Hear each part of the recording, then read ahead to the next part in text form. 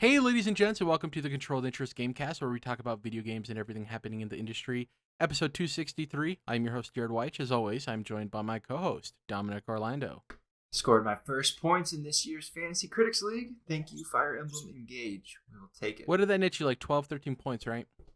It's not like finalized yet, but it looks like it's. Oh yeah, because it doesn't even release till the 20th. Yeah. Yeah, so I think they gave it some time, but it should be in that range, which I feel like that's a solid. Like if I could get every one of my games to score that, I'd feel good.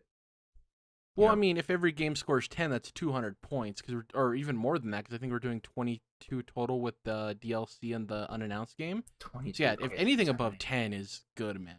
Anything above 10. Honestly, like anything above like 7, I think is in the green. This week, we're covering everything Xbox, as you've probably seen if you're listening to this on podcast services or watching this on YouTube. The title of this is The State of Xbox and Bethesda. We're basically going to be going over all of the games that are in development, the stuff we know behind the scenes in terms of rumors and all of that. But before we do, we're going to be going over the Developer Direct that's happening next week. We're recording this podcast on the 19th. That's happening on the 25th. So we're going to be covering what's expected from that showcase, first one we've ever had. So it's going to be fun to see what it ends up being in terms of its structure and everything. But first up, before we get into all that, I kind of just want to touch on this because it'd be weird to go into all of this Xbox excitement without mentioning that Microsoft is seeing 10,000 employee layoffs. Jason Schreier, obviously a video game insider, he posted on Twitter, quote, "The scale is not yet clear, but Bloomberg has so far confirmed job cuts at Bethesda Game Studios and 343 Interactive. Microsoft spokesperson declined to comment on how many employees of the gaming division were laid off, because this was Microsoft-wide. He also went on to say, Microsoft won't share specific numbers, but several employees have told me that 343 Industries was hit hard. This comes in the wake of a long-running hiring freeze and a lot of contractor departures, which unfortunately is kind of the reality of the gaming space, where, in a lot of tech industries, honestly, where they hire these contractors and then over a period of time they let them go. And this isn't even just the layoffs in general aren't just here for Microsoft. It seems like the tech industry as a whole, right, Dom, over the last month. Yeah. You saw Meta with thousands of layoffs, just all of these companies firing people, which is always a bummer when they're kind of partnered with record profits reports as well for these companies, which kind of stings. So, I'm not saying Microsoft is getting off here with no criticism for laying off 10,000 employees, but they also aren't. This isn't happening in a vacuum. Seems like a whole industry thing that's happening right now. So I just thought it'd be weird, Dom, for us to go and be like, oh, this Xbox game with the Microsoft layoffs happening. I don't know if you have anything to add there, but I just wanted to touch on it at least. No, not really. It's never good. Just hopefully, all those people can, as they say, land on their feet somewhere. The worst thing about this and the most annoying thing is the console war fanboys who are using this as like a celebratory thing, which is, my goodness, on its own is like you're celebrating people losing their jobs, and then it's like how in any way would this even be positive for play? I don't know. It's so dumb. It's so annoying. Because I hate to break it to you, we're probably going to see a report in the next year of Sony having some sort of layoffs, and Nintendo probably too, because it's unfortunately just the way it works. So just that whole stuff is. It's always weird when you get into the math of it, like the specifics, because it's a great cost to lay people off, right? Even at the time, like, and there's the immediate cost of, well, you have to pay all that severance and stuff like that, and then obviously like that's less people creating value for the company. But then, in almost all likelihood, another year or 2 years from now, you're going to be hiring people back, and that itself, hiring new people, also has a great cost. And so it's got to really be worth it. And that's not even getting into the ethics of it, I guess, too. It's weird math that happens, I guess. I don't know. Well, yeah, and then you don't know about like incentives based on employment rates and tax. It's like a bunch of mumbo jumbo business stuff that you basically go into it on the back end. It's like, well, technically, if we fire X people, we will pay this much, but in 3 years, we're actually cutting it. It's like they go through all of this math, and it's who cares? People lost their jobs, which is the most important, so it sucks. But yeah, just want to mention that. So with that out of the way, importantly talked about, we're going to get to this Xbox Developer Direct expectations. So I have the official PR release here, and then we're going to go and talk about what we expect from the show and all of that. So this is from the Xbox News blog. Quote, Xbox and Bethesda will present a Developer Direct on Wednesday, January 25th, providing fans with an inside look at some of the games coming to Xbox, PC, and Game Pass over the next few months.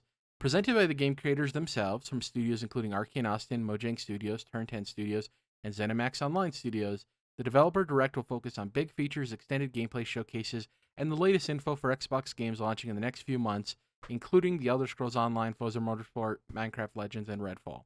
This is I think the most important part of this PR blast, to dedicate the proper amount of time for a deep dive into Bethesda Game Studios Starfield, a standalone show is in the works. So they had some blurbs here for each of the 4 games that are confirmed to be there. I don't know if I necessarily need to read the 2. I'll read because Forza Motorsport we're not super interested in, and neither Elder Scrolls Online. But for Minecraft Legends, which I'm curious about, it says Mojang Studios will showcase an insider's look into the PvP multiplayer experience of Minecraft Legends, developed in partnership with Blackbird Interactive and launching this spring. Don't miss exclusive gameplay footage. And Redfall, Arcane Austin will showcase several minutes of single and multiplayer gameplay showing more of how you and your friends will take down bloodthirsty vampires on the picturesque island of Redfall, Massachusetts. Fans can expect to learn more about combat, customization, bosses, the open world, and much more. So, with those 2 games, essentially, I guess the games in general, I think it's pretty safe to say or hope that we're going to get release dates for at least Motorsport Legends and Redfall. Elder Scrolls Online, it talks about a new chapter, so maybe they'll get the release date for that. And I guess following the show, there's going to be an in-depth detail about whatever the next chapter is for Elder Scrolls Online. But I wanted to follow this up real quick with information from Aaron Greenberg, who's the head of marketing for Xbox. So he clarified some things. First up, he said that the show will be around 43 minutes in length. With the 4 games confirmed, it's like safe to assume at least 10 minutes a game, but that's assuming that those are the only 4 games shown, which we'll get into. 44 minutes. Yeah. 2, we will see some of the we'll see some of the games coming to Xbox PC Game Pass over the next few months. So it's kind of repeating what the PR blast said, but he said over the next few months, so that kind of is leaving people to be like, oh, how soon are these games actually coming out in terms of release date? And lastly, which I think is pretty much the most important thing he clarified, is that the goal they have is to be as transparent as possible on what dev teams and games to expect to see in the show. And this goes back to the conversation we always have with State of Plays or Nintendo Directs, Dom, expectations, right? And the sad thing about the internet is that these marketing teams can do everything they can to be as transparent and clear as possible to the T. And what are people going to do on the internet? There's no way they're just going to have those games. There's going to be this. So there's a rumor that this is happening. And I think what we've kind of come to an agreement on is that it's always better to undersell than oversell, right? Like it's always better to say the things people are either A, excited for, or B, the things that you kind of had to hit marketing beats on regardless, and maybe sprinkle in a surprise announcement of maybe a smaller scale or a scoped project. And the last thing before we talk about the show and what our expectations are, rumors and speculation. So there's currently 2 rumors right now in terms of the showcase. One is that Tango Gameworks is rumored to reveal their next game, a smaller scoped project, which we'll get into the big topic of the show, which is the state of Xbox. What specifically that game is. And the second is that Redfall is set to release on May 2nd, 2023. So this falls in line for a couple of reasons. One, it hits the 12-month window that we heard about with the Xbox showcase last E3 time, where they said everything in this showcase is going to come out in the next 12 months. It's presumably also going to be right before Starfield. We assume at least. I don't know. So I guess the first place we'll start, Dom, is what is your percentage in thinking that Forza Motorsport, Minecraft Legends, and Redfall will get release dates for all 3 of those games by the time this 40 minutes is done? Probably not. I wouldn't think that's... I mean, especially like those being the 4 highlights of the showcase itself. I don't know. I think we'll get more release dates in the next month or 2, because there's certainly a value in having a bunch of dates to share at one time, but you don't want to do too much also when you can string that out, I guess, even if it's not as sexy of a format as this. you know, presentation is likely to be, but I don't think we would see all those release dates. Probably just, you know, the ones that are, I don't want to say, not necessarily closest, but maybe the most firm or slash the most relevant or whatever else they determine to be the factors. But I don't think we see all of them. Yeah, if I had to rank them in terms of most likely to least likely of those three, I'd say Forza Motorsport is most likely of a specific date. I would say Redfall is second, and I'd put those at like 90 and 80%. And then I drop down to like 60% for Minecraft Legends. Yeah. Just because it's not as big of a project and it doesn't need to hit marketing beats in the same way because it's Minecraft. Like, people are gonna flock to it simply for it being part of that property. And B, that game is loosest in terms of like my perception of when it's coming out, because Redfall and Forza Motorsport, I definitely see those as first half of 2023 games. Whereas Minecraft Legends, I could totally see as their Game Pass bump in like August. Like, it wouldn't surprise me. So why date it now when you can wait? Also, it's unclear, is that game going to release in beta first or is it going to release fully? We don't know that either. So who knows, really. I think in terms of this rumor that Tango Gameworks is going to show a smaller game, I do think there is a possibility that maybe we get a couple of indie games show up, known indie games, not necessarily announcements. Yeah. Because it wouldn't create this perception that Xbox is intentionally hiding stuff to surprise people. Like, oh, they only told us those 4 games because they wanted us to have a surprise. And 2, they're not big enough games where people who don't tune in live feel like they missed out because Xbox didn't announce it. You know what I mean? So I think like smaller indie games getting release dates, or maybe indie games we already know are coming out this year, Dom, but haven't been announced to come to Game Pass day one. That's an easy win too. Good point. And I wouldn't be surprised if that's part of the show too, is they have a small little montage real quick of announcements for Game Pass games coming. Not necessarily new releases, but games that have already come out in the last year or two that are finally coming to Game Pass. I could totally see that happening as well. The structure of the show is what's most important. I think people are kind of afraid of the fact that it's called a developer direct, and that it's going to be people sitting down talking and not showing a lot of gameplay. My hope is that it's not that. It's that the teams introduce themselves, they talk about the game real quick, and then it's them voicing over gameplay of the game. That's what I hope it is, and talking in depth about that. So we'll see. My expectations are middling. I'm not like excited, but I'm also not like apathetic towards it. I'm kind of just, let's see what they show us. And the fact that they are doing a specific exclusive show for Starfield, that's interesting to me, because that means that they don't want to have all of these games kind of play second fiddle, because if Starfield was a part of this, if it's a VOD, people are going to probably skip ahead to Starfield to see that part of the presentation, right?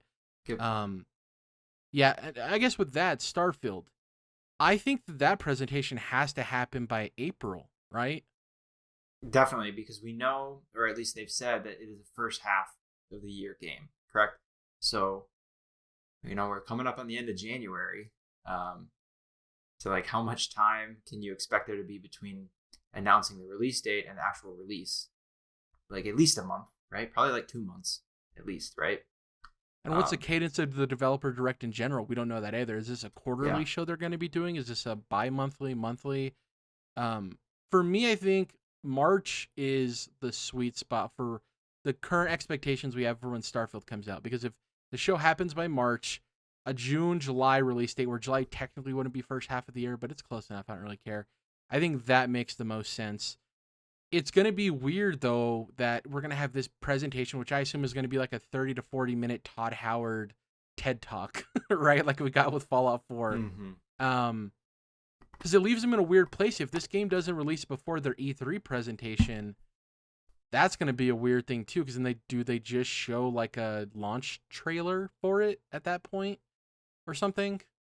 Obviously, they could cook up something where it's like maybe more story focused, going over characters or something, but I'm just saying that it's weird. It'd be weird to have a big presentation and it not come out before E3, because then it's kind of like a weird marketing middle ground, Yeah, I see what you're saying. It could get awkward there with the timing of things, but I think you're right, though. I think, March or April is when I would assume or expect to see that Starfield showcase, which by the way, like I'm so excited for. Like I'm so excited to see more of what's going on in this game.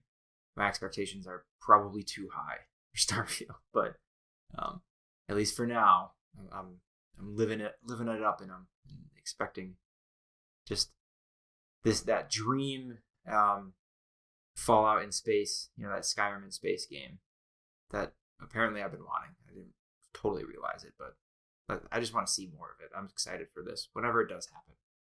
I just want it because I'm tired of the how is this any different than the Outer Worlds 2 or this just looks like No Man's Sky with a bigger budget. Like I want them to showcase why this is a Bethesda RPG. Because I do feel we've talked about this numerous times. The slander that Bethesda gets, deservedly so in terms of Fallout 76, though technically their main team didn't work on that, but that's whatever, who cares about technicalities.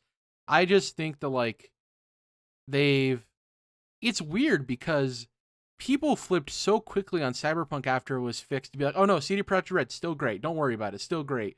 Whereas like with Bethesda, even though they've turned around Fallout 76 to a tremendous extent, they haven't gotten that reciprocation in the same way. People are like, oh, why should we trust Bethesda? They made the shitty Fallout game. You know what I mean? It's very weird in that sense. If people were way more forgiving of CD Projekt Red than they were of Bethesda. I don't know. And people, I think maybe it's because of Todd Howard, and CD Projekt Red doesn't really have a face that people can poke fun at. I don't know. It just, that stuff's always rubbed me the wrong way of, I don't know. It just seems weird.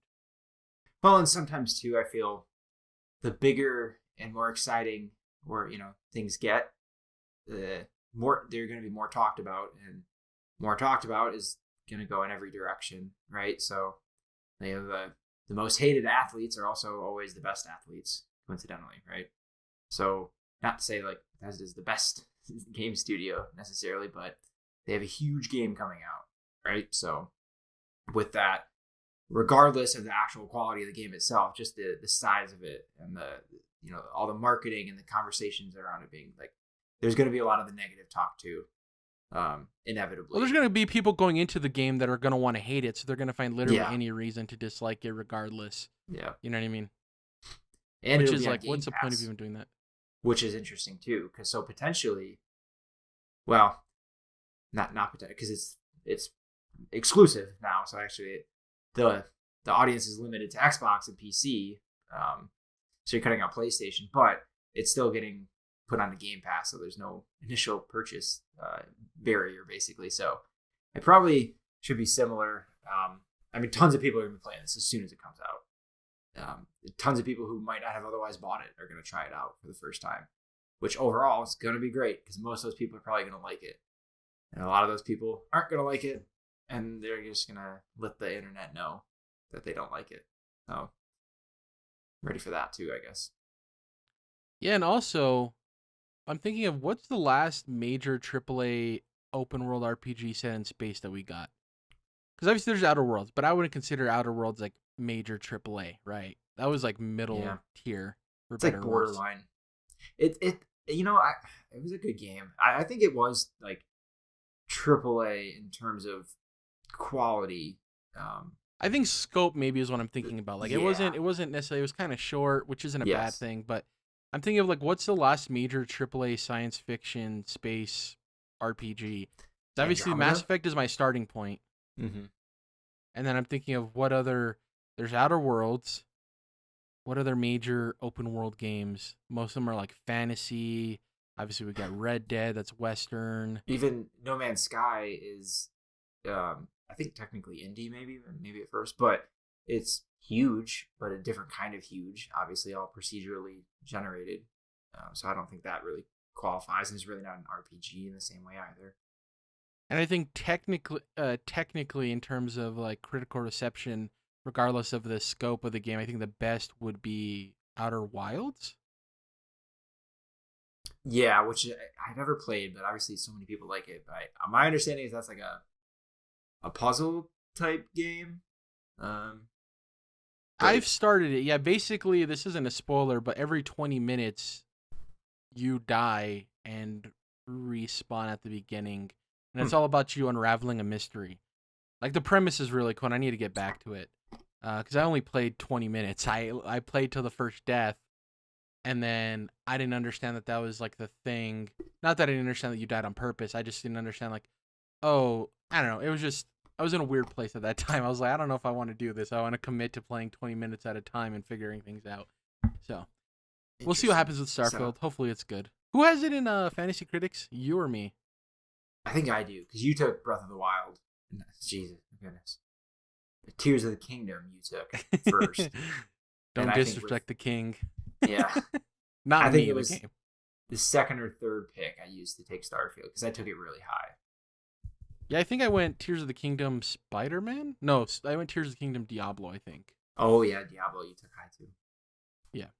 Okay, let's get to the big topic of the show now that we're talking about the Developer Digital Direct. I keep doing that. I keep wanting to call it Developer Digital, which I think is because of Devolver Digital. Yeah. So it's just a tongue twister. We're going to be looking at the state of Xbox Game Studios. So here's a look at all the projects currently in development across Xbox Game Studios' numerous game developers, including ZeniMax Bethesda, and I'm leaving out the acquisition of Activision Blizzard because A, that'd be way too goddamn long, and B, that hasn't happened yet. And though we all think it's going to happen, you never know. Real quick too, so I don't have to keep saying where they're from. The two reliable sources on here that I'll mention numerous times are Jeff Grubb. He formerly worked at VentureBeat and GamesBeat, but he's on GameSpot, and Jez Corden of Windows Central. They both have an excellent track record. One of the most phenomenal ones that I went back to read while redoing this and updating it, Dom, is the number of details Jez Corden had about Pentiment before that came out. Of like Jez Corden directing it, it's dealing with the grisly murder in the 1200s, the art style, all of that stuff. It was crazy because there's some other games that he revealed at that same time that haven't come out yet or been announced yet. So I'm like, oh, if he got that almost perfectly, and I'm assuming it being Xbox Studios, he probably got it from a lot of the same sources. It has me excited for upcoming games. So we're going to go studio by studio, going to be going over their last release, their next release, and rumors and information regarding the studios, Dom, and we can stop to talk about whatever ones we feel most interesting about. Some of them won't really have conversations because either there's not a whole lot of information there, or B, you and I aren't really interested in talking about what the next game is or whatever. So the first one is 343 Industries. Their last release was Halo Infinite in 2021. Their next release in April of 2022, Jez Corden stated that he believed that 343 was working on another Halo title separate from Halo Infinite. A trademark was made by Microsoft Xbox for Halo the Endless in late 2021. It's unclear if this is for Halo Infinite DLC, 343's rumored second Halo title, or other media such as a book. It's important to note the way they structured Halo Infinite when they announced it is that it's going to be a platform. So if this does end up being quote-unquote Halo Infinite DLC, don't think of it as like previous Halo map packs. Think of it as like a story expansion, because the story in Halo Infinite kind of left off on a cliffhanger a little bit, with the new Cortana revealing her name and obviously stuff to do with some of the alien species we encountered in that game. Halo the Endless, Dom, do you think this is a book? Do you think this is DLC? To me, this sounds like Halo Infinite, the Endless update, and I think it's going to be maybe an all-encompassing thing, like we talked about where I made the prediction in our gaming predictions of a big update for Halo Infinite where there's new maps, there's maybe new game modes, but there's a narrative story expansion to have people dive back into that side of the game with Master Chief. My immediate thought was it's a horde mode, right? Like endless waves of enemies. Oh yeah.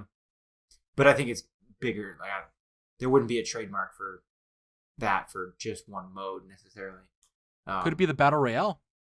Right, it could be that. The other thing I thought of is the Endless also sounds like an entity in the Halo universe. It makes me think of the Flood, the Covenant.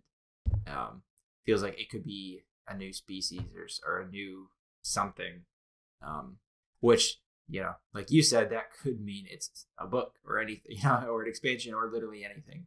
So funny enough that you mentioned this, when I was doing research, I actually looked up the Endless, and it says here on the Halo Wiki, the Zaylanin, also known as the Endless, was an advanced race whose members were imprisoned by the Forerunners. So this goes back to at the end of Halo Infinite when they were talking to the female alien lady, and you're figuring out like who really was running things with the Forerunners and everything. That's why I forgot. This is why I think it might be story DLC, is because it has to do specifically with that. But at the same time, it could also just be a companion book for the game that comes out too, which would be Right. unfortunate, but it is a reality. Yes, you weren't far off. It is part of the Halo lore. It sounded like it fits right in. Yeah. Yeah, I didn't want to leave you on a cliff hanging. Next up, we got the Coalition. Last release, Gears Tactics in 2020. Next release, Jeff Grubb of VentureBeat reported in May of 2021 that the studio is working on the next entry in the Gears franchise, but also a brand new IP said to be a smaller scale. Now, Jeff Grubb actually followed this up along with other Xbox insiders, stating that the new IP is a much smaller scale than Gears of War and has been planned for a 2023 release, with the next entry in the Gears of War series likely Gears 6 to follow. So, to me, this means that maybe Xbox greenlit an initiative to where, hey, all of you guys just make like a Pentiment, they didn't say Pentiment, but make like a Pentiment-sized smaller scale game to get like a break from your major projects. Mm-hmm. And because, between Pentiment, there's going to be some other stuff we're talking about. Coalition just seems like maybe they got to work on some new IP stuff. The Coalition's interesting, though, Don, because it was a studio specifically founded to continue working on Gears after Xbox and Microsoft bought the franchise from Epic. And all we've known them for is Gears. And the assumption is, if they're making a new IP, it's probably a third-person shooter. It's probably something that's, more violent than families buying video games would want. I don't think that's a good assumption to make, because I just think that, like, especially developers who want to make a smaller scale game, anything's on the table. And I'm hoping that it's something refreshing that we wouldn't expect. Like, I guess for you, if you had a dream scenario where you got a smaller scale game from Coalition, you don't even have to say maybe the setting or anything like that, but in terms of gameplay or genre, what would you want? What would be most interesting to you? Yeah, because I'm with you on do something as different as possible, and I'd be really into that. Because it feels like that means it's something you really wanted to do, and you're not just trying to fit a mold or something. But as far as gameplay, I mean, to me, same thing. Like anything that's just different. Like you saw with, I mean, who could have predicted Pentiment, right? Like that the genre, the setting, and then of course the gameplay was going to be what it was going to be from Obsidian. I don't know. I wanted another surprise like that in both genre and and gameplay. Literally, to me, nothing's off the table. I want whatever it is, enough people at that studio feel passionate enough to create. And that's the corniest, silliest thing I've said, but that's what I want, because I feel really open to different experiences, in the past, I don't know, couple years, more than I ever have before. I want to be convinced that this weird game set in this weird place with this weird gameplay is something that I would be into, right? So it's I almost just want something that I can't even think of. I want something I wouldn't predict, like Pentiment, which I still need to play, and I intend to, but I guess I don't. Yeah, I don't know. So just something that's original as far as gameplay. Give me some kind of twist on the way a game is structured, or the way it works. Right? I don't want to we spend a lot of our time talking about comparing things this is very similar to an open world Ubisoft game where you're checking stuff off, right? Or everything feels like it comes from something else, at least major parts of it. So I'm more curious about the new stuff. What's the original, more than just a mechanic, but kind of fundamental structure of how a game works. I want the originality in that as much as possible. The only thing I would demand if I had the chance to is that it's not multiplayer. I'd hope that it's a single player experience.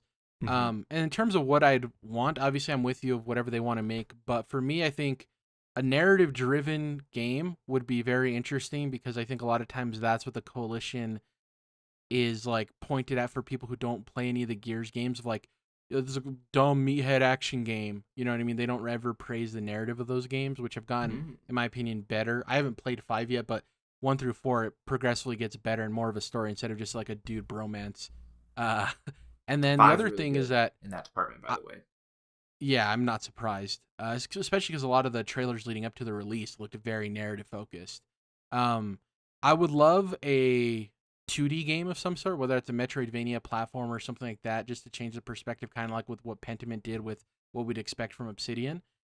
Two mechanics I think that the Coalition is very good at that I think they could implement in ways we could never see coming, kind of like the way that Obsidian implemented their RPG storytelling structure into a 2D game like Pentiment, is the active reload. I think that's a mechanic that Oh you yeah. can use in very interesting ways of creating either buffs or nerfs based on timing, so kind of like a rhythm game, sort of. And two, I think cover based, like using protection, like not always fighting, but protecting yourself from damage. I think that'd be very interesting. Where you have a company known for very violent games, if you created a game where you're actively avoiding violence, that'd be very interesting too. Like a platform, like a 2D platformer where you're not attacking enemies, but you're using momentum and movement and cover to avoid Dude. enemies. I think would be What cool. if, what if it's like Hacksaw Ridge and you're like, there's a lot going on, a lot of violence going on, but you are actually just like, trying to rescue people or something to that effect. Like you're saying, like that's a cool idea. Um, Because I think those are really hard in terms of game design, where you're not actively engaging with the enemy in ways that people traditionally would think you would.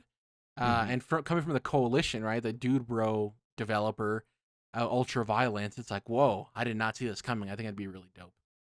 It reminds me of Um, like, for all the weirdness that went on with Death Stranding and like all the cool stuff it sets up story character wise, but then like in the last third of it, I just completely like had no idea what was going on anymore. With all that, the gameplay that it went for, it felt like what we're talking about. Like, oh, let's do something in a totally different way. It's not about fighting people or dispatching people or have you, like we're just literally delivering shit through wild different terrains. And we have all these tools and means of transportation and building and stuff like to help us. And it's the physics being so realistic to actually make a challenge out of literally carrying boxes a couple miles away. So it feels kind of like that, where like you're talking about it, like maybe it's not about killing people this time, which I think in general, we the more games that do that, I think the better, because not only can that help change the perception of the Coalition specifically, like because like you've said, we've only seen a lot of Gears of War games, like extra hardcore meathead, but gaming in general, I think, has that connotation with it of like it's shooters, right? And it's just multiplayer shooters. You're just killing things and killing each other. Even when it's like aliens or non-human, like that's a little different. But like I think it's cool. Like the more games we can get that are good, obviously, but also like not centered on killing something, especially people. um, the better perceptions that can start to develop for gaming in general, which is growing, but I think can still have that negative connotation attached to it sometimes, if it's just always super violent and that kind of thing all the time.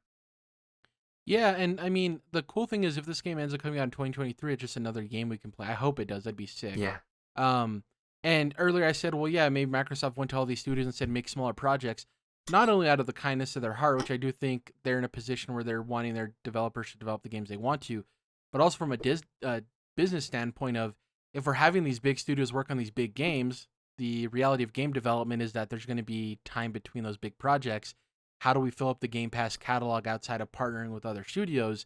Have our studios make smaller, passionate projects to fill out the catalog, right? I think that's part of it too. Mm-hmm. So I'm excited. Hopefully, we see that game this year, and I'd be super stoked if we get to play it this year. Because then I think too, the people who are yearning for Gears 6 are like, okay, that game's out now. I know it's full steam ahead on the next Gears game. Mm-hmm. And maybe we see both of them this year. Maybe we see the smaller game that comes out, and then at E3 is the reveal of Gears 6. Who knows? Next up, The Initiative. Latest release? Nothing. They're a new studio. Next release, Perfect Dark reboot revealed at the Game Awards in 2020. Square Enix's Crystal Dynamics was announced to be helping on the project. After Crystal Dynamics left Square Enix, it was still revealed that they're continuing to work as a co-developer of the game. Back in 2021, Jeff Grubb stated that, to his understanding, at the time, the belief was that the game was targeting a 2023 release window. Now, given everything that's gone on at the game, I'm sure you're of my opinion, Dom. That seems a little unrealistic of that game Mhm. coming out this year. We've only ever seen the initial release trailer for it. Though I do think it's likely, I don't know how likely, maybe it's 60-40. I'd hope it's more than that we do see it again this year at some point with the trailer. I think worst case scenario, the Game Awards, right, is where we see it pop up again maybe. Best case scenario, E3 or one of these other events that we think Xbox might be doing this year. Uh, Yeah. I just want us to be excited for Perfect Dark, Dom, because the talent at that studio is really astounding. What's left of it anyways, because obviously we heard about some of the developers leaving. But also, Perfect Dark is a series that I've always heard good things about, and I've looked back on, and it doesn't seem like one where the game design aged very well. It's very much in that GoldenEye realm of game design. And I know people love GoldenEye, but you gotta be honest with yourself. The control Yeah. scheme and everything didn't aim all that didn't modernize itself all that well. So yeah, I want to be excited for it, Don, because we're not getting Splinter Cell anytime soon. I want like an espionage spy game. I think this could be the closest thing to an Uncharted that we get from Xbox in terms of the budget and the feel of the game, where it feels like a cinematic presentation. Where do Mhm. you sit with Perfect Dark? Do you think we're going to see it this year? Do you want to see it this year? It doesn't feel like we're gonna. I think I'm with you. It Dang just it. seems. Yeah. It just seems like they got work to do, and that's great. That's good. Um, but not only that, but there's a lot of other Xbox stuff, as we've already talked about, and we're going to continue to talk about what Xbox does have going on just this year, and it feels substantial. So it doesn't feel like they're going to, be extracting trailers out of early on games from especially from a new studio at this point. So I don't think we really see it this year. Well, and I guess, yeah, I think to your point, there's no chance we would see just a cinematic trailer again this year. They can't do it. Like next time we got to see some sort of Exactly. gameplay, whether it's, in engine or actual moment to moment gameplay. So yeah, maybe I'm just being too optimistic, unfortunately. But I just want to be sold on that game, Dom, because I think I can be, and I can be excited for it. I just Mm-hmm. want to see what exactly it is Joanna Dark deserves to be presented well. Next up, who I would call Xbox's Insomniac Games, we got Obsidian Entertainment. So their latest releases actually had two in 2022. They had Grounded 1.0, which saw full release, and then they saw Pentiment, which we talked about. Now, there's some interesting new information that I got researching for this updated podcast episode, Dom, which I think you may be excited for because I know you love Obsidian as much as I do. So their next release, according to Jez Corden, Obsidian had a plan. This is going in 2021. He revealed this. They have a plan of releasing 7 games over the course of the next 7 years, starting in 2022, Does that which plan saw the include release of sleep Grounded and Pentiment. at all? Yeah, exactly. So if you count Grounded and Pentiment in 2022, that means 2023 to what? 7 years from 2022 would be 2028, 9. So we only need 5 more game releases, and we already know Avowed and Outer Worlds. So we only need 3 additional games off of that. So it's totally plausible. With Avowed, it's a fantasy first-person RPG set in Pillars of Eternity universe. In 2020, Jeff Grubb said it was planned to release in 2023. Rumors as recent as January 15th of 2023 have suggested the new targeted window for release is Q2 2024. That's specific. Which, that makes more sense. I see it coming out in the first half of next year for sure. One thing I didn't know, Dom, is there was several screenshots of this game that leaked. Oh, really? Yeah. And they're mostly like magic. You could probably Google it of like Avowed screenshot leak. The visual fidelity of the game is incredible. So it was originally, the image I saw was originally leaked. It was kind of grainy and pixely. But since then, people have leaked like higher resolution versions of that photo. It's of the user in front of like a watchtower of some sort using purple magic. And I don't know if you're seeing the same one. Like a sword in the right hand, and then oh nope, here it is. The one I Ooh, saw you're was like right. two-hand magic in front of like a Yeah, watchtower. And yeah. I don't know if you were Does able look to see good. the high def one, but that game, it looks beautiful. And I'm very excited for it. It's one of my most anticipated games solely because we're not getting Elder Scrolls anytime soon, which we'll get into later.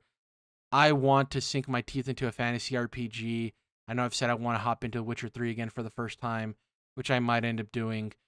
But I think this is cool too for the simple aspect of I think it's going to bring a whole new audience into the Pillars of Eternity universe, Dom, because there's millions of gamers out there who just that game and its genre did not appeal to their sensibilities of it being like the Diablo camera angle, but it's kind of like an MMORPG in some senses.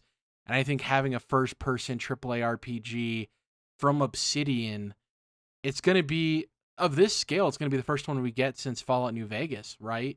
I'm thinking... Yeah, so back to... We got back Outer to Worlds, obviously. Back to the conversation we had about the last Western RPG in space, right? This is a similar thing where we haven't had anything, at least what this game, appears to be. We haven't had anything like that in a while. And I think it's going to leave us wowed. Yeah, I love it.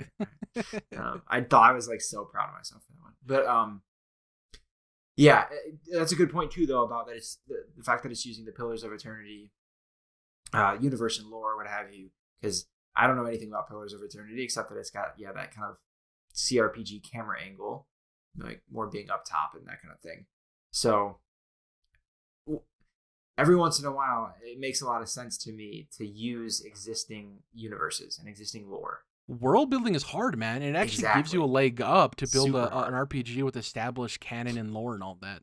Even if it's like loosely connected or related, if it's like The Witcher, was based on books, but the games are not book canon technically. They kind of take some of their own liberties, or like Cyberpunk was based on, it was a board game, right? But I don't know anything about that board game, but I assume that there's significant world building that has already been done for it. So, and even like something, like Bloodborne was at least inspired by a lot of H.P. Lovecraft stuff. Not strictly connected, of course, but took a lot of ideas and feelings, I guess, or whatever. So I think that that serves to be an advantage for like how good this game could be and like the world building. Even when it's like, obviously like Pillars of Eternity fans are going to come into it and probably really appreciate that stuff and they're make connections and that'll be exciting for them. But even for people like us who've never played those games, it helps that world is already established and then they can just build on top of it. So yeah, this is another one, and I'm super excited to hear that like it could be coming out next year, that it's that close. Q2 2024 specifically, a lot of people were mentioning, which is dope. Mm-hmm. I think it's super smart marketing, whether they chose it or Xbox, to not call this Pillars of Eternity. I know some fans might be bummed about that, but when you're trying to sell an IP, because most people are going to go into this thinking it's a new IP, and I mean, depending on the perspective you're taking, some could argue it is, even though it's based on Pillars of Eternity, solely because of it's a brand new, gameplay and all that stuff. So I'm very excited. This would be number one on my most hype if we had more concrete details on when it was coming out. But I think after Starfield comes out, it's like my number one RPG hype that I just want to see more of it because I'm so excited about what Obsidian can deliver. Speaking of delivering, Outer Worlds 2, this was revealed in June of 2021. The only thing we know so far is that we'll hear more about it when they're ready to, and it's going to have a new system and crew confirmed for the game as well. Excited. Release it when you want to release it. I think this one, unlike what we're going to expect with Starfield to Elder Scrolls 6, I think Avowed coming out, I wouldn't be surprised if Outer Worlds 2 is like 2025, if Avowed comes out next year. A year after wouldn't surprise me, just because I think we know Obsidian has multiple teams working on projects at any given moment, and the Outer Worlds 2 is different in terms of the way it's structured as well, where Avowed I don't know if it's been confirmed it's an open world RPG. Has it been confirmed? I actually don't know. Good question. I think it's assumed. Outer Worlds 2, I think, is going to be different because of its more open zone, right, where they handle planet to planet.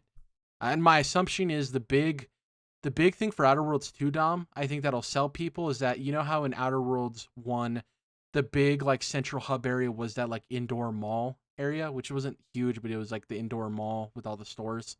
I think the selling point for Outer Worlds 2 is that there's going to be some good big areas with cities and planets, but I think the main draw is going to be the central hub is going to be like a pretty fleshed out city with stores and stuff, and that's going to be like the place you return to often. It's going to be a lot larger of a scale than that hub in the first game. Yeah, so then out of, at least here, it doesn't appear that anyone said that it's an open world RPG, just that it's a fantasy RPG. So maybe it's not necessarily a Skyrim, but maybe No, it is. I think the reason that it's people are assuming that is that the reveal trailer, like the way they show the scope of the world and the perspective of the player, it feels like see that thing, go to that thing. Like emphasizing and that's kind of why that part. Yeah. Exactly. And that's why I want to see more of it so we have that confirmation.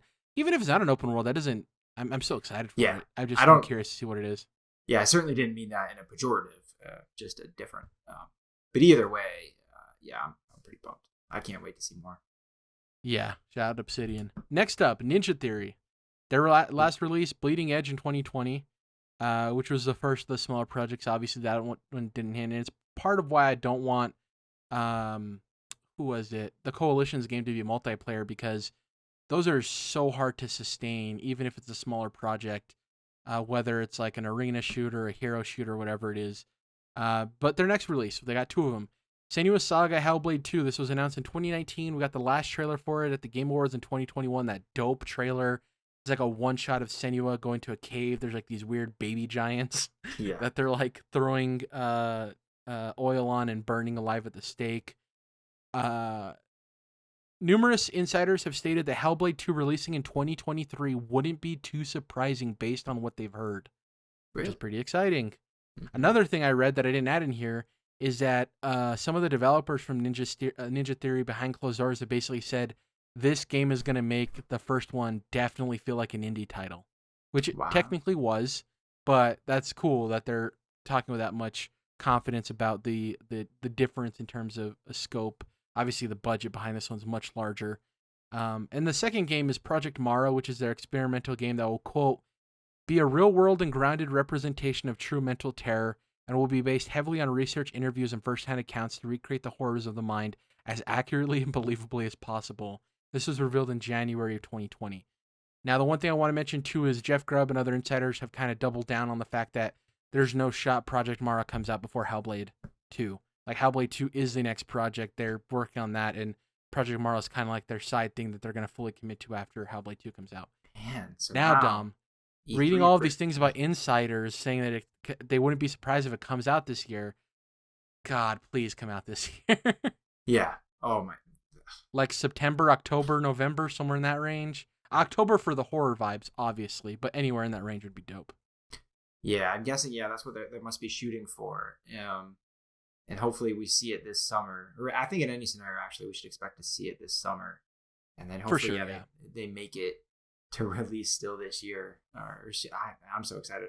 I'm going to have to like go back and refamiliarize myself with kind of everything that happened in the first game. It was I need to finish it. Remember, I started it and then something came up. I need to get back to it. Yeah, so I don't think it takes too long. I think it was a shorter type of experience. But oh man, yeah, I forgot that this was first announced in 2019. It's been a while, so it makes sense that it's finally close to done. Not finally, it sounds like it's huge scope and tons of work, obviously. So yeah, I'm glad we're getting close to seeing this. Though I'm pumped. Worst case scenario, we could get Avowed and Hellblade 2 next year, which would be sick. I'd be down with that too. Yeah, can't wait. Next up, Double Fine. Last release, Psychonauts 2 in 2021. Shout out, our game of the year for 2021. Next release, Tim Schafer said he wants their next game to be new and refreshing, and it won't be a sequel. It'll be their first true Xbox Game Studios title, because obviously they were working on Psychonauts 2 when they were purchased. In 2018, Schafer tweeted that Double Fine was hiring for an unannounced game, stating it was a new IP. So maybe we'll see that this year. Obviously, Double Fine tends to make games that are at a smaller scope. It doesn't necessarily affect their quality. And the fact that the new IP is exciting because Double Fine is so creative and unique with the worlds they create. And that's totally a game, too, I could see announced this year and then comes out either late this year or early next year. Because Double Fine is in a studio that needs this big marketing cycle. I think they want to get their games out as soon as possible, especially with kind of the drawn-out development of Psychonauts 2, thanks to like the FIG investments and all that stuff. So yeah, I'm stoked. I think for me, Psychonauts 2 put Double Fine in a place where um I am I am all in on their next game, barring it's like a weird genre I'd never play, which I don't think they'd make. But basically what I'm saying is like Double Fine, show me your next game because I'm in day one, almost certainly. Yeah, that's interesting. I like the way they talk about it too, especially based on what I was saying before about something new and different and all that. But yeah, Psychonauts 2 was a surprise for me, having been new to the series, and I really enjoyed it.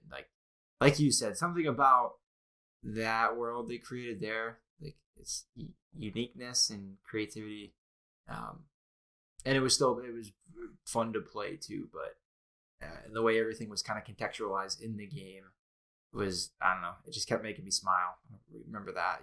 So yeah, I'm super curious now what their plans are.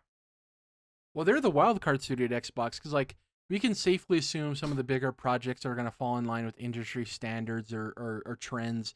Whereas with Double Fine, you don't know what the world's going to be, the story, anything, and I think that's exciting because that's honestly when we look across the bow at like PlayStation, I think the closest thing they have is Mediatonic, but I don't think Mediatonic has the same freedom that Double Fine does, which is unfortunate because Mediatonic is super creative with what they can accomplish. So yeah, I'm really hoping. I'm sure. Is that the Dream Studio? Am I right about that? Media Molecule. That's what I thought. Media Molecule. But who's Mediatonic? I'm gonna look that up real quick. Hold on. I think you made it. Yeah, up. but you know what I'm saying about Media Molecule being kind of similar to Double Fine, right? But maybe not having the same level of freedom of what they could do.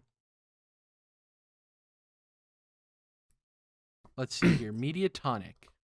Yeah, that feels like, and we're making assumptions, but I feel like we've heard from certain developers at least that being with Xbox and putting things on a Game Pass has kind of helped shepherd in more creativity and more opportunity for smaller projects and different types of projects. So hopefully that's the case here, that Double Fine can really do all the weird shit they want to do. So Mediatonic developed Fall Guys, Gears Pop, Hatoful Boyfriend. You remember that pigeon dating sim that blew up? No, but sure, I believe. You don't remember Hatoful Boyfriend? Yeah, No. That was a big thing. It was like a dating sim, but you dated pigeons. It was very weird. What? It was like on the Vita or something. Of course it was. But yeah, Media Molecule is what I meant. Next up, Playground Games. Last release, Forza Horizon 5 in 2021. Next release, Fable Reboot, revealed in July of 2020, has a new studio lead and major changes reported. At the beginning of 2023, a rumor surfaced claiming that Fable had switched over to Unreal Engine 5 and was being fully restarted.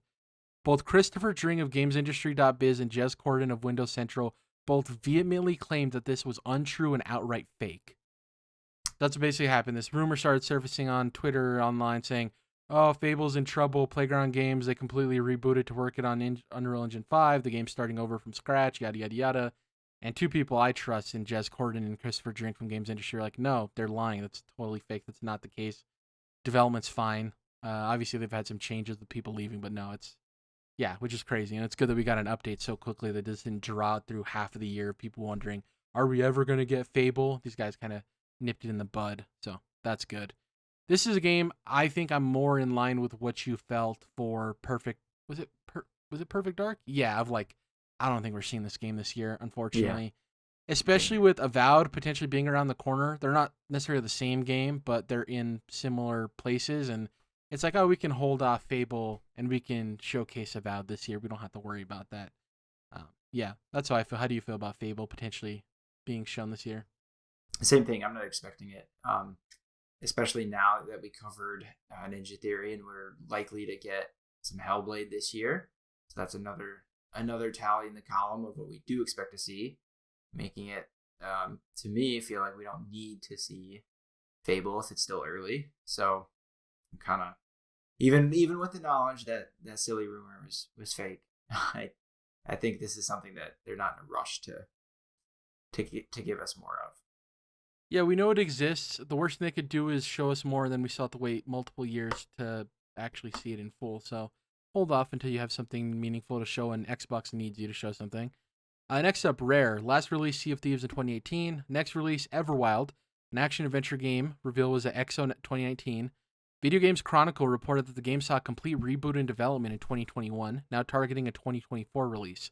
In December of 2021, Jeff Grubb stated that Everwild's development was still a mess and that devs working on the game didn't really know what was going on with the game.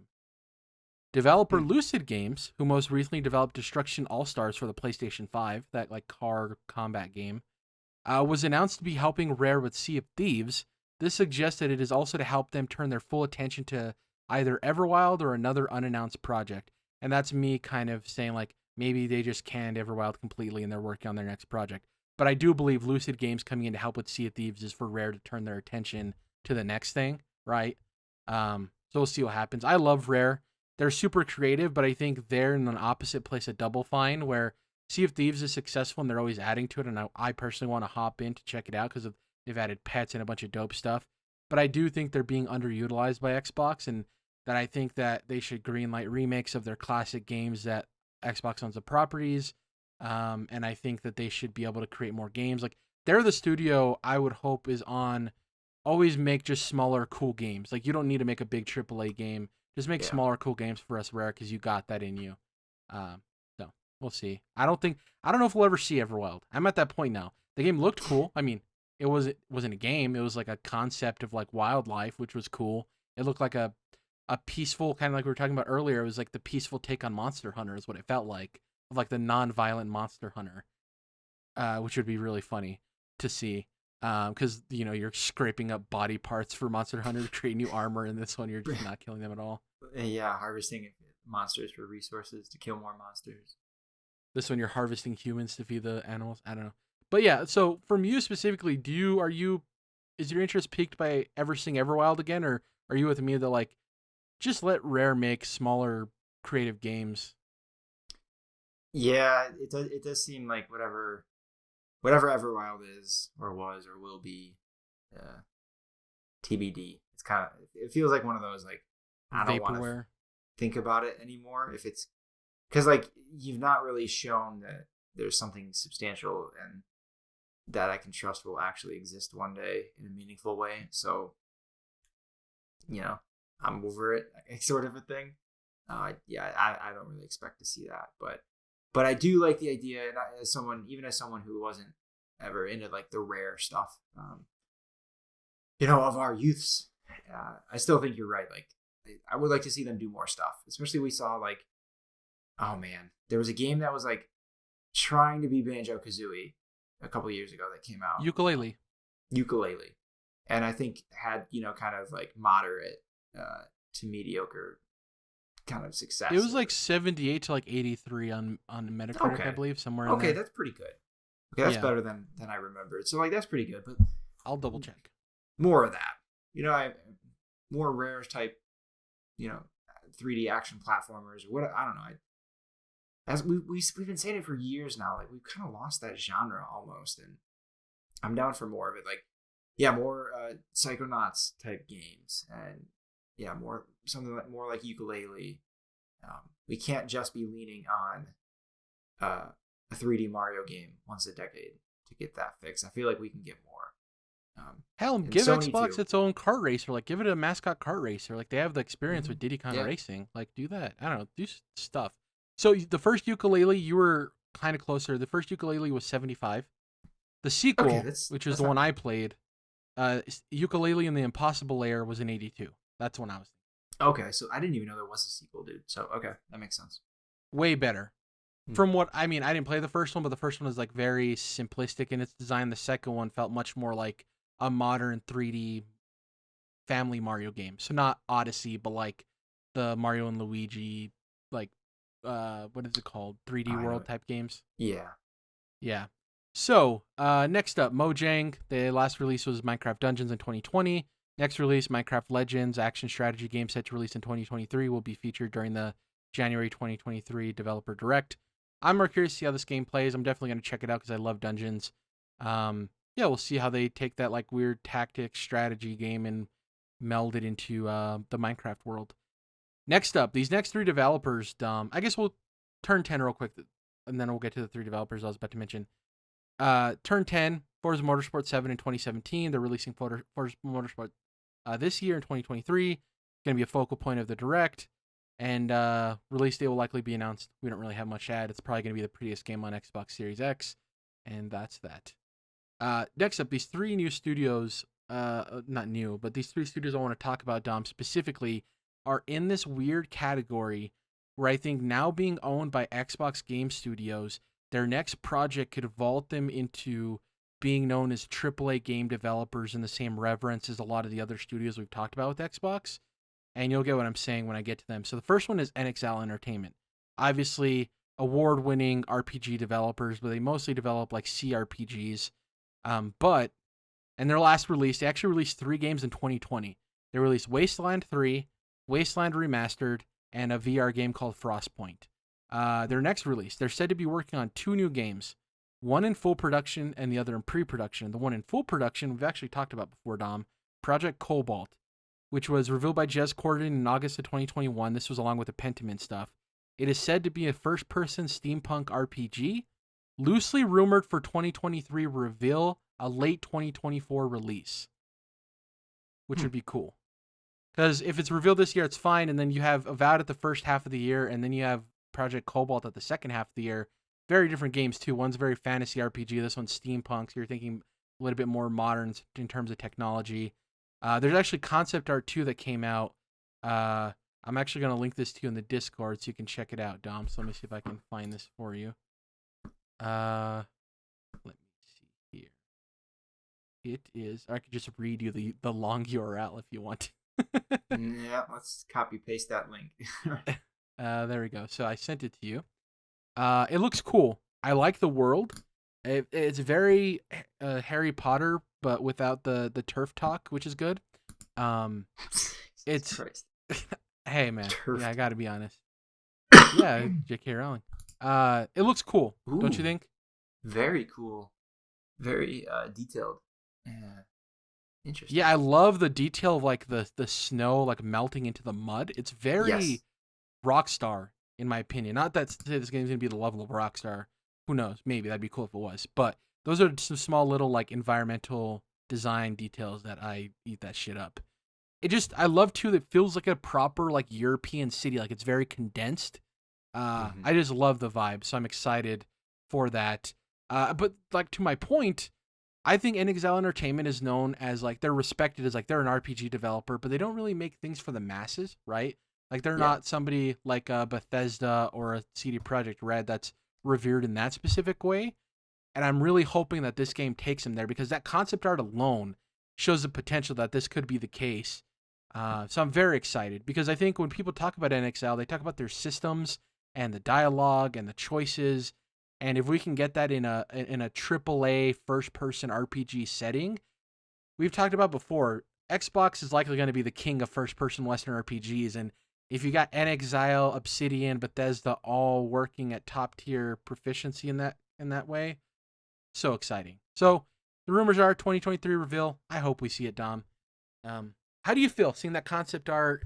Are you wanting this to deliver? Steampunk isn't necessarily a setting we see all too often in media in general. Yeah, it is kind of. You're right. There's not that much of it, and I think the last thing that felt like this was like the Arcane show on Netflix. Almost felt steampunky in a like different kind of way, more.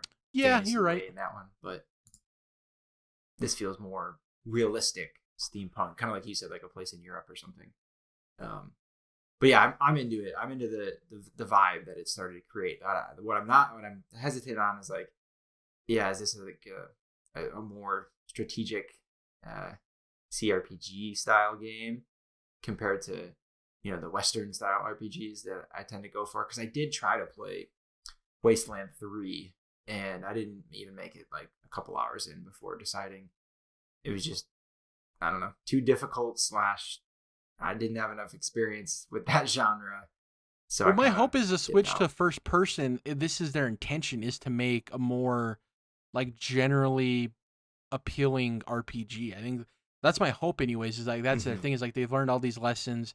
They have the budget now of Xbox, and I think that's the next step they want to make is I do feel like there may be some little brother syndrome with NXIL of like, okay, we belong to Xbox now. We got Obsidian and we got Bethesda and we got all these Yeah. studios. Like, let's show people that we also can make a kick-ass RPG because we have a niche audience that loves our games and they're reviewed well. But let's make a kick-ass RPG that a lot of people are going to be into. That's my hope. I hope so too. Yeah. And the unknown second project is in pre-production. Little is known. Whatever. I'm assuming maybe a Wasteland project or something. Next up, Undead Labs. The last release was State of Decay 2 in 2018. State of Decay 2 Homecoming in 2021 was their most recent major release. Next release, State of Decay 3, revealed in 2022, 2022, July of 2022. A 2022 investigation by Kotaku led to the unveiling of sexist studio culture that led to the appointment of new studio head Philip Holt. Jez Corden has stated that it's best not to expect State of Decay 3 before 2024 at the earliest. So, okay, there's that. Fair enough. Yeah, which them too, I think they're planning to take State of Decay to the next step. Like, from the founding of the first State of Decay, their point was they wanted to make an indie game. Then State of Decay 2 was a little bit more of it was still indie, but obviously the budget was very clearly there. And the way they talked about State of Decay 3 is like, no, we want to make this feel like a AAA experience. And honestly, too, with a zombie-focused AAA game, take your time. Let's get over this Dead Island and these Dying Light 2s. And not to say it won't be unique in its own right, but we can wait on a zombie game. I'm cool. Take it easy. Some of us are hype, absolutely front row of the hype train for Dead Island 2. Bring it. But I get your point, though, that the State of Decay 3 is a different kind of zombie game, a little more serious. I did play the first one for a good amount of time and really liked it because it is different than really any other zombie game, I think, that I've at least been familiar with, where it's really focused on the resources and there's a cool sound wave effect that I felt like was really well executed. Like opening cabinets, you kind of see the sound waves reverberating from that kind of action. If you're like rummaging for supplies and things, and you got to be mindful that nearby zombies wouldn't hear you.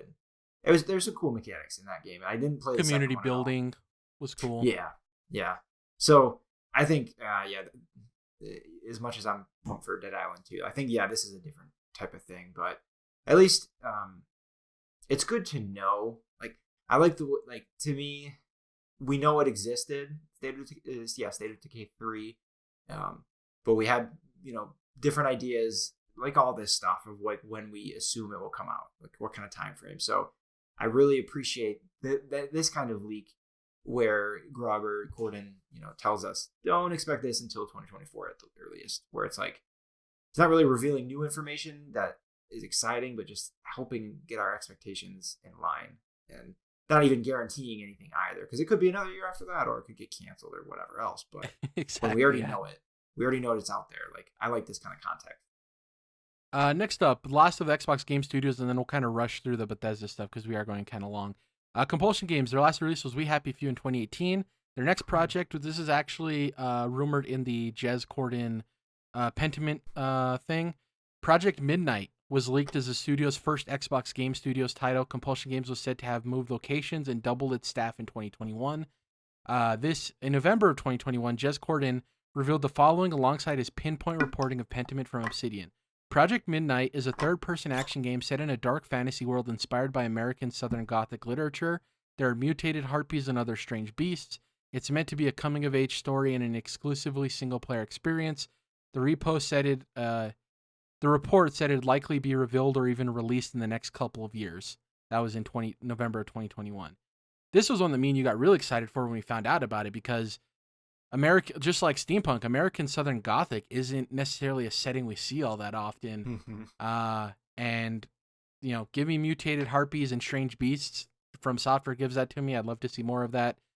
And the thing with We Happy Few is critically it wasn't well received, but when you get into the nitty gritty of hearing what people said about that game, everyone thought that Compulsion Games was really good at making systems and mechanics. It's just the overall like narrative and structure of the game wasn't the strongest.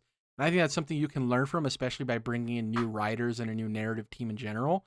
So I'm excited to see what they can do, because this is their first foray as an Xbox Game Studios developer.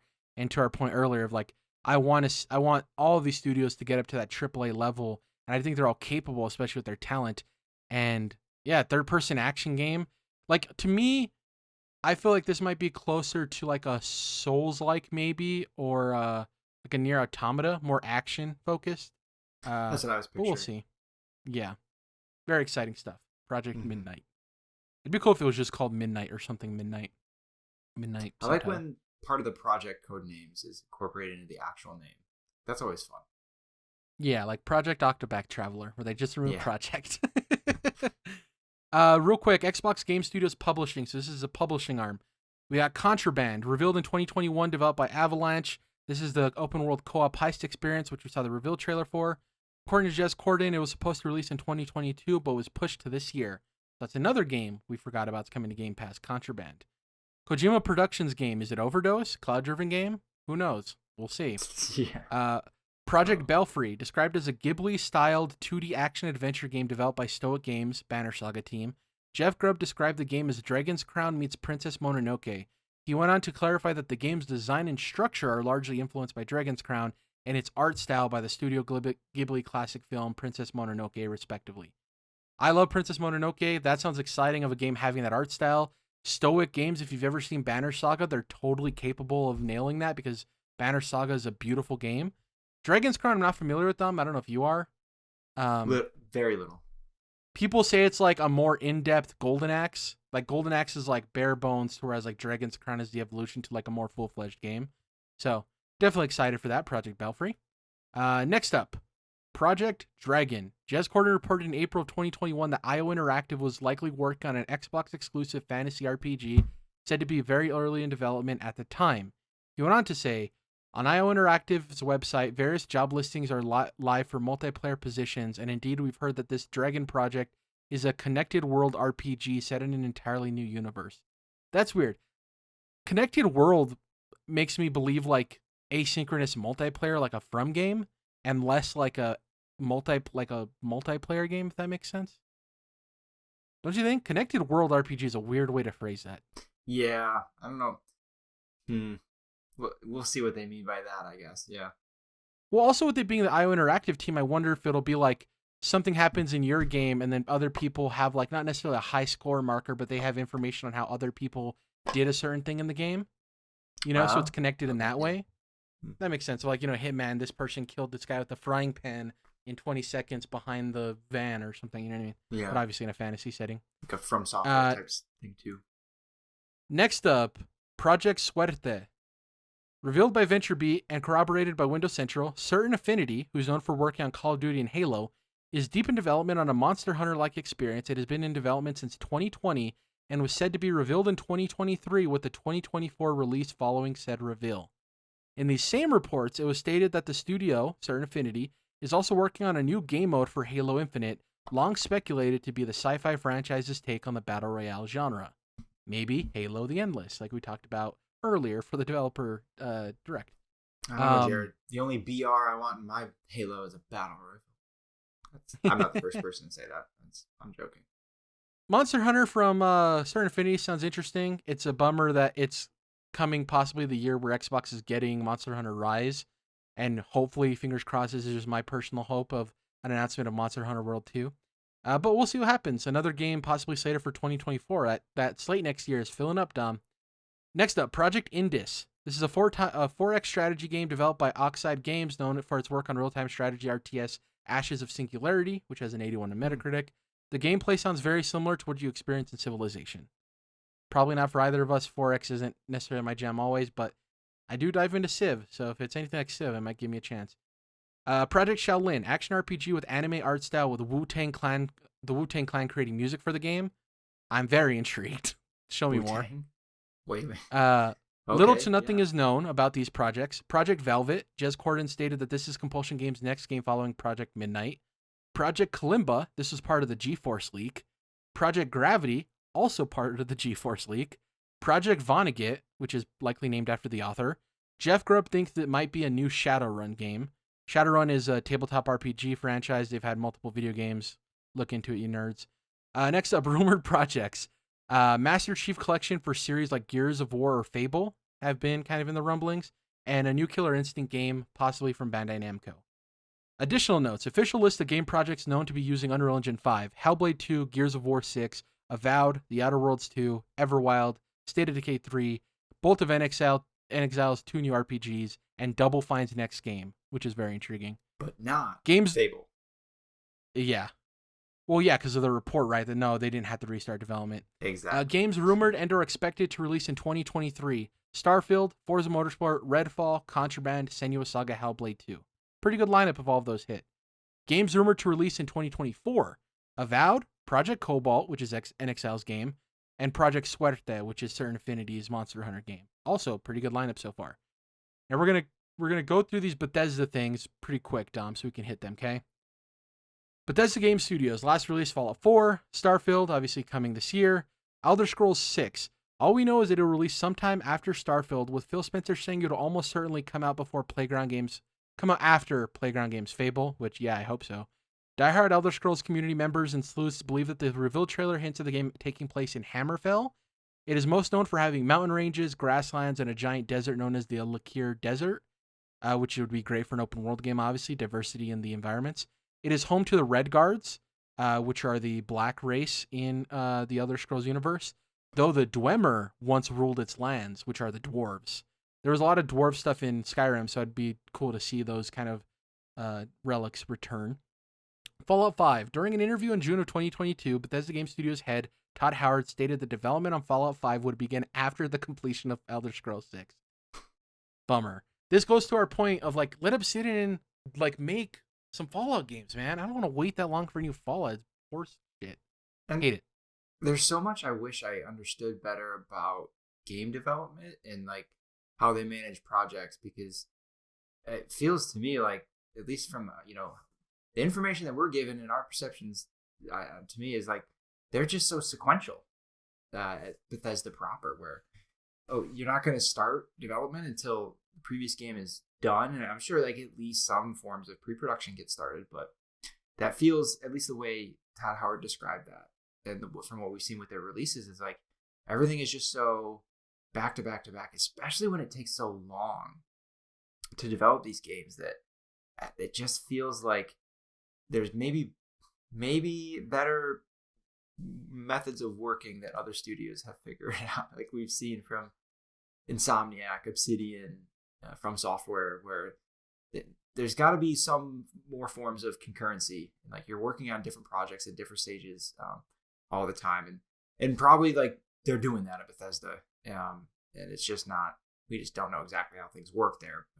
Maybe Todd just isn't describing it fully or something, but that's such, like, Elder Scrolls 6 so far away, and then that Fallout 5 isn't even going to start until after that's done. It's like, not to get my hope weird, is that with but the new engine, that the gap between Starfield or Elder Scrolls and Fallout 5 is closer than the gap between Fallout 4 and Starfield. Yeah, hopefully that, and hopefully, just in general, things get optimized, and I just want to play these games. It feels like they're just, some of it's just too abstract yet. But yeah, I hope I live long enough to play Fallout 5, 6, and 7, right? So yeah, I'm excited. I love Bethesda, dude. Now the Arcane Studios. Arcane Austin, they last released Prey in 2017. They're working on Redfall. Obviously, we're going to see more of that at the Developer Direct. So excited to see if that's closer to Destiny or what exactly it is. Arcane Leon, which developed Deathloop in 2021. With Deathloop finally making its way over to Xbox platforms, it's been confirmed that Arcane Leon has shifted its focus to its next project. Little to nothing is known about what it'll be, but LinkedIn postings have revealed that the studio is currently in the process of staffing up as they head into pre-production on their next project. Cool. id Software. Last release Doom Eternal in 2020. Next release, it's unclear what's next for the famed FPS developer who launched the last major piece of DLC for Doom Eternal on March 7th, 2021. Fans are hoping they bring the Quake franchise back in a major way. So we'll see now that they've handled Doom. Next up, Machine Games. Last release, Wolfenstein Youngblood and Cyberpilot VR in 2019. Next release, Untitled Indiana Jones game, said to feature an original story produced by the Bethesda Game Studios head Todd Howard, which I forgot. He's a big old Indiana Jones nerd. Will take place canonically between Raiders of the Lost Ark and Last Crusade. Wolfenstein 3. Little is known about the third entry in the BJ Blazkowicz saga, but recently Pete Hines stated it likely won't release before the Indiana Jones game. But we do know it's in development. So Cool. that's good. That's good to know. Yeah. Tango Gameworks. Last release, Ghostwire Tokyo in 2022. It came to Xbox this year. Is coming to Xbox this year? I don't know if it's released yet. Next release, according to various sources, including Jez Corden, the studio's next game is called Hi-Fi Rush and is set to release in 2023. It is said to be a rhythmic fighting game set in Japan, resembling Jet Set Radio in many ways. Jeff Grubb, when discussing the rumored Q1 Xbox event in December, stated that it'll feature a Pentiment-level game from Tango Gameworks. It's unclear if the January 2023 developer direct is the event in question, or if Xbox is set to have a different one in the coming months.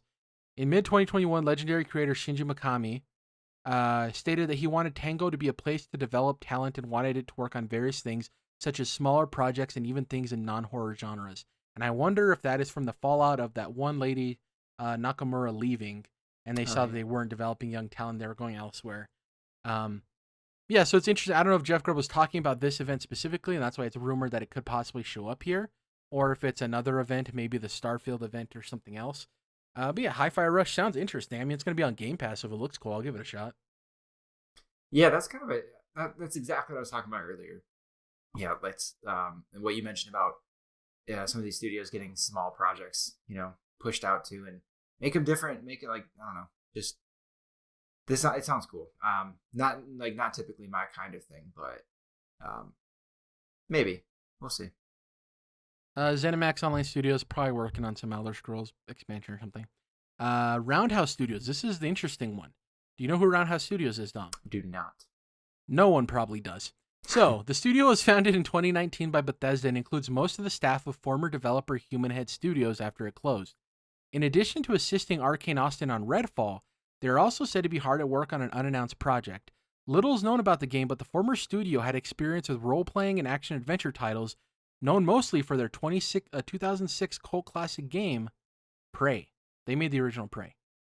Oh. And they've worked on other projects between then, but that's like their most notable. Here's the crazy thing that I found, Dom. So you know how Bethesda's working with Lucasfilm on Indiana Jones, right? Mm-hmm. A very loose rumor, I only saw this in a couple of places and not from the people I necessarily trust, but it was interesting, and enough people were talking about it that I wanted to mention it. A very loose rumor suggests that it may be a licensed game based on Planet of the Apes, which is such an interesting IP to do a video game on. Like, that intrigues me. Yeah. That is interesting. What does that look Do you play as an ape? Like, yeah, I'm trying to picture it and I can't. That's also why people more creative than me make these games, but yeah. But imagine like an open world game, an open world RPG where you play as like an ape in an uprising. That'd be pretty sick. Yeah. Interesting. Go Caesar. If that's the case. I just thought that was wild. So it'll be interesting to see what Roundhouse Studios has in development. So that's everything that we know about Xbox so far. We'll learn more details next week at the developer direct. I was about to say digital once again. Yeah, that's the show. We've been running a little long, so I don't want to stay too long on what we've been playing, but I wanted to mention I finished Pentiment. Excellent game. I think it is astounding how much it feels like an Obsidian RPG. Like, they managed to take the open world RPG of Fallout New Vegas and turn it into a 2D game where you investigate people and you have conversations with people, and it feels like a fully fledged RPG with such a distinct art style, twists and turns. It has a lot of good contextual, thematic conversations about the importance of religion, both good and bad, that it plays in people's lives in terms of their moral compass. It touches on technology. It touches on abandonment issues. Like, there's a lot of like generational trauma. There's a lot of stuff it goes into that was really impressive, and I am super happy I got to that game and I played it. It's definitely worth anybody's time. The one caveat is it's not for everybody in that it's reading. You know what I mean? There's a lot of reading, and that isn't for everybody. Yeah. There are gameplay segments where you do stuff, but it's very much walking to, like, thinking like, who should I investigate about this specific thing? Let me go to, and there's like a map and stuff, and you can be like, I need to go talk to this person, and they lead you to something else. And it's fun going back and forth and talking to people and making decisions and all that stuff, but there's a lot of reading, and I know it's a barrier of entry for some people, a lot of Americans, unfortunately. So, yeah, if that's a barrier of entry for you, it's a bummer because I think Pentiment is a must play. And tune in a couple of weeks when we'll announce our game of the year and where it lands on my list. So it'll be interesting. Also, another game I finished that was very narrative focused, Immortality. Oh, yeah. I'm curious about how you found this one. Did you have you played it already? No, but I've been really wanting to. So here's the thing I'll say. When I finished the game, absolutely loved it. I still love it. What I'm about to say doesn't change how I felt finishing the game. But what I will say is that unlike something like Inside, where you finish the game, it's very loose in its conclusion, and it lets you sit and ruminate on what you feel the story was and the point of it was, right? Mm-hmm. Great. With Immortality, there actually is a specific narrative in the game, okay? Here's the thing. I finished the game. I had a loose understanding of what the themes and what the narrative was, and I absolutely adored it. I went and looked up a video of like Immortality Explained, and I watched that video, and it actually, I didn't like knowing the entire narrative and how exactly it was, because I think in hindsight, how would I say this? If I finished the game originally and I knew all of that information, I think it would have been worse off for it. But the fact that the game ends at a specific point and the only way to get the full understanding is to like do a completionist run, right? Wow. I think that's the best way to play the game. I was worse off for looking up exactly the explanation of the narrative, in my opinion. Now, you might differ in that aspect, but for me, finishing the game with the pieces of information I had was satisfying, and I loved ruminating, like I said, like you do with Inside, on what it possibly meant. And when I knew the actual narrative, it didn't bring down my experience, but I'm like, oh, I would have hated if that's the way I finished the game and I knew all of that information, if that makes sense. It's a very weird place to be. For those who don't know, the game basically centers on an actress named Marisa Marcel, and she disappears. And all people know is that she made these 3 movies in the 60s, 70s, and 80s. None of them came out. And you're basically looking through old found footage, piecing together clips, trying to see what happened. You're seeing not only like takes of scenes from the movie, you're seeing behind the scenes stuff, and you're piecing together this woman's life and what happened in it over the course of 3 decades, or like 2.5 decades. Really cool. Really enjoyed it. The surprises in that game I never saw coming. It takes you places you wouldn't expect. It's there's parts of it that are like, I don't want to spoil anything. There's parts of this game that go to genres you wouldn't expect a game like this to go to, which is very interesting. Okay. Yeah, but I definitely think it's a must play. Yeah. So it took me like 6 or 7 hours, not too long. And the way I personally did it is, there's 3 films you have to piece together. You click on objects and stuff in each of the scenes to go lead to other scenes. And the way I felt best was I tried to get as much out of one film first before moving to the other, even though I would unlock clips for the other movies. And I would try to get a full understanding of that movie for the most part. Obviously, there's points in which you can't get additional clips until you go to the other movies and then find it through there, if that makes sense. Sure. But that's the way I did it, is I was like, okay, I got a pretty good understanding of what this movie was and kind of what happened with the interpersonal relationships. I can't really unlock anything more here. And then I moved on to the second one and then the third one, and kind of worked that way. It was better for me to like get through everything. But yeah, dope. The actress Minogue Gage, finally learned how to pronounce her name, and that's not Manon. Phenomenal. Such a great actress. Like I hope to see her in like TV and movies. She's phenomenal in this game. Absolutely incredible. Because she's technically playing like an actress, but then she's also playing the character in the movie that you're watching, but then she's also playing the character above that. It's like, it's crazy. So astounding. Yeah. And I can't speak about Last of Us Episode 1 because I haven't watched yet, but the plan is that next week when we do PlayStation, State of PlayStation, part of that segment at the end is we're going to discuss the first 2 episodes of Last of Us. So I think that'll be cool. I'll be able to catch up on the first one, and then we can fully talk about that. But that's me. I don't know what to dive into next. I'm figuring that out. I think As Dusk Falls is what I'm going to try to play before our Game of the Year podcast. You? Anything to mention? Nothing new. I was traveling, had a busy week, all that kind of stuff.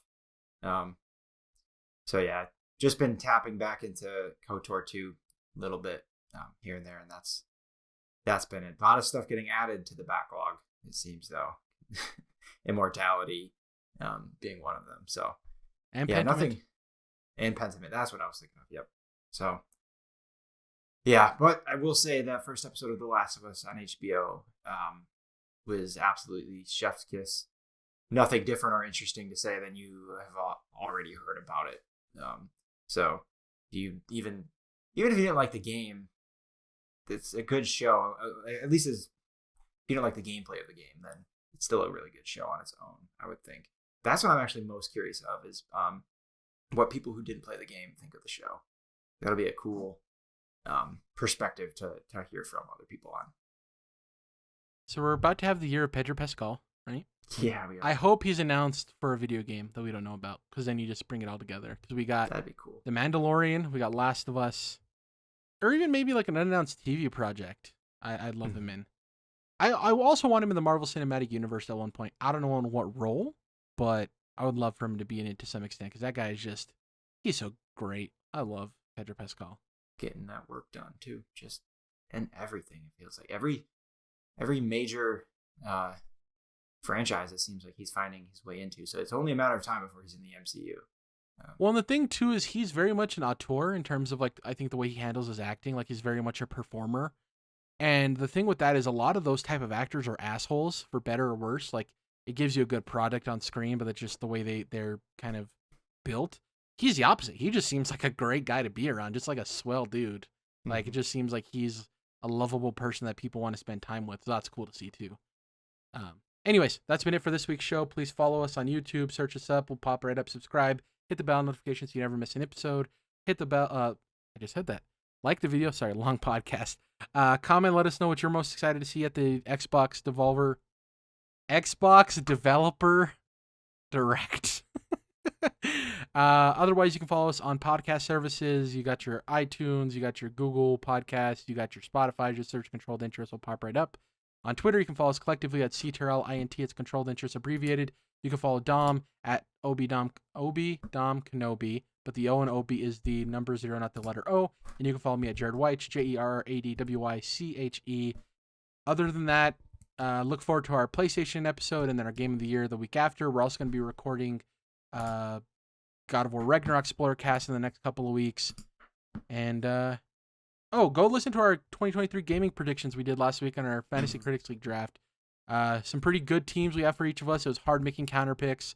And in gaming predictions, we spoke with our heart, but we also spoke with our brain, and we'll see what happens there. We did speak with our brain, and neither of us drafted Forspoken, thankfully. I'm hoping that game comes out as like an 85 and just proves everybody wrong, but we'll see. I mean, Gary would have helped write it, so I gotta think at least the story should be decent.